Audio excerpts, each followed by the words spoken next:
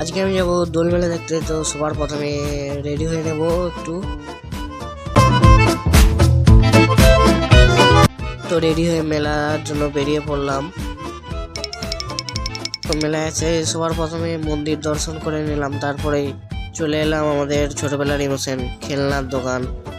তারপরে নিজেই দেখলাম আরে আমি তো বড় হয়ে গেছি ভাই, তাই অল্প একটু ঘুরে সবার প্রথমে পাপড়ি চাট খেয়ে নিলাম।